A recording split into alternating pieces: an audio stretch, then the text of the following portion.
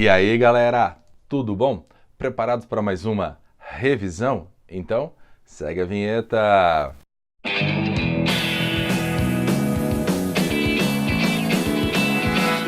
Nós vamos falar sobre dois temas bem específicos, sobre as ideias separatistas no Brasil colonial. Pois é, a gente vai falar agora sobre duas situações, uma chamada sobre a Conjuração Mineira e a outra chamada sobre a Conjuração Baiana ou Conjuração dos Alfaiates. Primeiro vamos entender, nós estamos falando de um Brasil onde nós estamos tendo a mineração, tá? Ou seja, a partir do ano de 1700 nós começamos a ter um controle sobre a mineração no Brasil.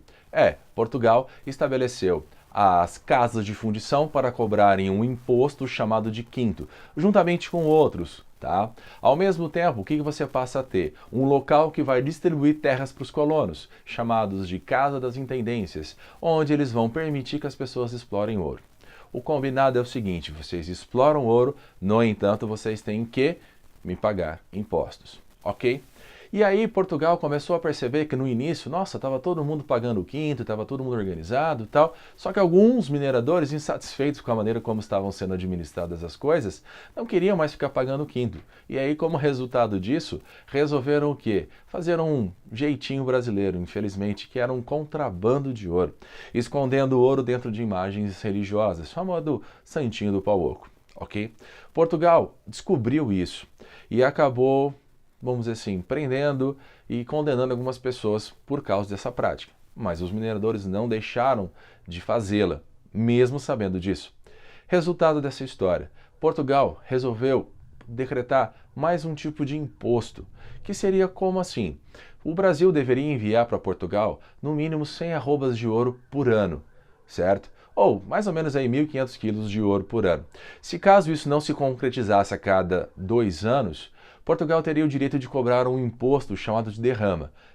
Quem recebesse mais, pagaria mais impostos. Quem recebesse menos, pagaria menos impostos. Mas pagaria também uma quantidade. Para quê? Para estabelecer os 1.500 quilos de ouro.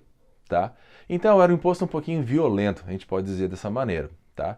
Ocorreram alguns momentos aí no século XVIII que isso vai começar a ser cobrado.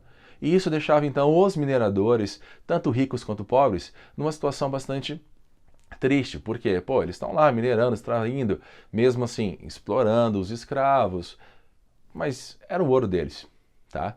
E aí o que aconteceu? Alguns mineradores começaram a querer mandar os seus filhos estudarem na Europa, porque no Brasil não tinha universidade, era proibido. Proibido por quê?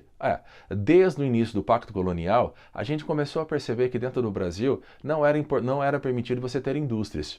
Tá? E aí, não ter indústrias, não ter essa busca pelo conhecimento, alguns mineradores mandavam seus filhos para a Europa. Durante um período aí, durante o governo do Marquês de Pombal, por exemplo, ele começou a fazer algumas mudanças para tentar mudar isso. Uma delas foi, por exemplo, expulsar os jesuítas no Brasil e, ao mesmo tempo, estimular o desenvolvimento da indústria têxtil.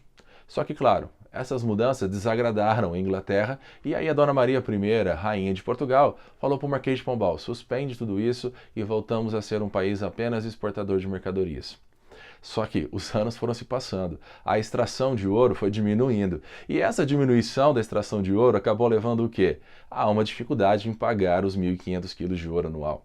E aí então Portugal cobra uma derrama aqui, cobra uma outra derrama ali e aí os mineradores ficam insatisfeitos. Junto com a insatisfação, chegam as ideias iluministas. Chegam esses filhos que estudaram na Europa, trazendo essa grande quantidade de inovações. Livros são trazidos, várias pessoas começam a se reunir em clubes e começam a discutir as ideias iluministas. Rousseau, Voltaire, Montesquieu, Locke, aquela galera toda trazendo novas ideias, questionando o que? A sua metrópole. E então, os mineradores, nessas reuniões todas, começam a se estabelecer na região das Minas Gerais e eles então começam a criar um clube. E dentro dessa organização, eles criam um lema, uma bandeira, um símbolo. E esse símbolo era uma bandeira branca com um triângulo vermelho no meio, onde dizia Libertas qua sera tamen, liberdade, ainda que tardia. E essas ideias de liberdade, vindas juntamente com o pensamento iluminista, acabaram proporcionando para eles ideias novas. Por exemplo, eles queriam uma república, a criação de uma constituição, a permissão de você voltar a ter as indústrias, queriam transferir a capital do Rio de Janeiro para uma cidade mineira chamada São João del Rei. Eles queriam ter uma liberdade religiosa, tá? Um tema polêmico, mas que acabou sendo bastante, vamos dizer assim, aceito, é a permanência da escravidão, porque boa parte das pessoas que faziam parte desses clubes eram membros da elite mineira, ou seja, eram mineradores, intelectuais, religiosos, proprietários de terras, que tinham o escravo como uma das suas principais fontes de renda. Então, a escravidão era uma coisa que você não tinha muita vontade e necessidade de você mudar, deixaria ser como estava. E aí esses caras começaram então a se organizarem e pensaram: bom, quando que a gente pode estimular a população a também pegarem armas e promoverem a independência das Minas Gerais e do Rio de Janeiro? E aí souberam da notícia da nomeação de um novo governador que iria assumir a região das Minas Gerais. E esse novo governador, chamado Visconde de Barbacena, ia praticar a derrama. Nossa, então eles iam aproveitar a população que estava indignada, que através dos seus panfletos e através das suas ideias iriam se juntar a eles e iam conseguir proclamar a independência das Minas e do Rio de Janeiro. Pois é, no entanto, um deles, chamado Joaquim Silvério dos Reis, foi até o Visconde de Barbacena e acabou dando uma de dedo duro, X9, um cara que vai entregar a galera. Resultado, ele passou a lista completa dos nomes e, em troca do perdão de todas as suas dívidas, Joaquim Silvério dos Reis saiu dessa parada. O Visconde de Barbacena esperou o dia que ele ia assumir, preparou as tropas e, quando todos os conjurados mineiros saíram às ruas com seus panfletos, acabaram sendo presos.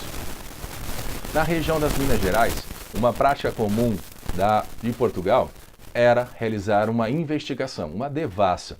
E os autos da devassa apresentaram que alguns padres acabaram sendo julgados e condenados como traidores e foram degredados, ou seja, foram levados para a África. Alguns outros acabaram presos, mas todos eles acabaram acusando um cara chamado Joaquim José da Silva Xavier, o famoso Tiradentes, a ser o líder do movimento. Resultado, Tiradentes acabou sendo condenado e somente ele foi enforcado. A ele foi aplicado a morte exemplar, ou seja, além de enforcado, ele teve o seu corpo esquartejado. Resultado, a revolta não conseguiu alcançar o seu objetivo. Mas Tiradentes, ele vai ser lembrado logo após no início da proclamação da República em 1889, onde Pedro Américo e juntamente com os militares escolhem ele como grande mártir e como resultado disso ele passou a ser o grande líder de uma ideia republicana, e essa ideia republicana acabou tornando-se um feriado no dia 21 de abril, pois ele foi executado em 21 de abril de 1792 no Rio de Janeiro.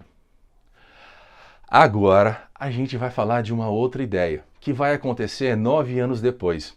Em 1798, lá na região de Salvador, um grupo de membros da elite, mas a grande maioria formada por camadas populares, começam a conhecer as ideias vindas da França e influenciados pelo pensamento iluminista, mais a ideia do pensamento que dizia que deveríamos ter o princípio da liberdade e da igualdade, acabou fazendo com que essas camadas populares lutassem por essa igualdade. E essa igualdade seria o quê? Juridicamente, não haveria distinção entre classes sociais. Acabaríamos com a escravidão. E essa população começou a lutar por essas igualdades.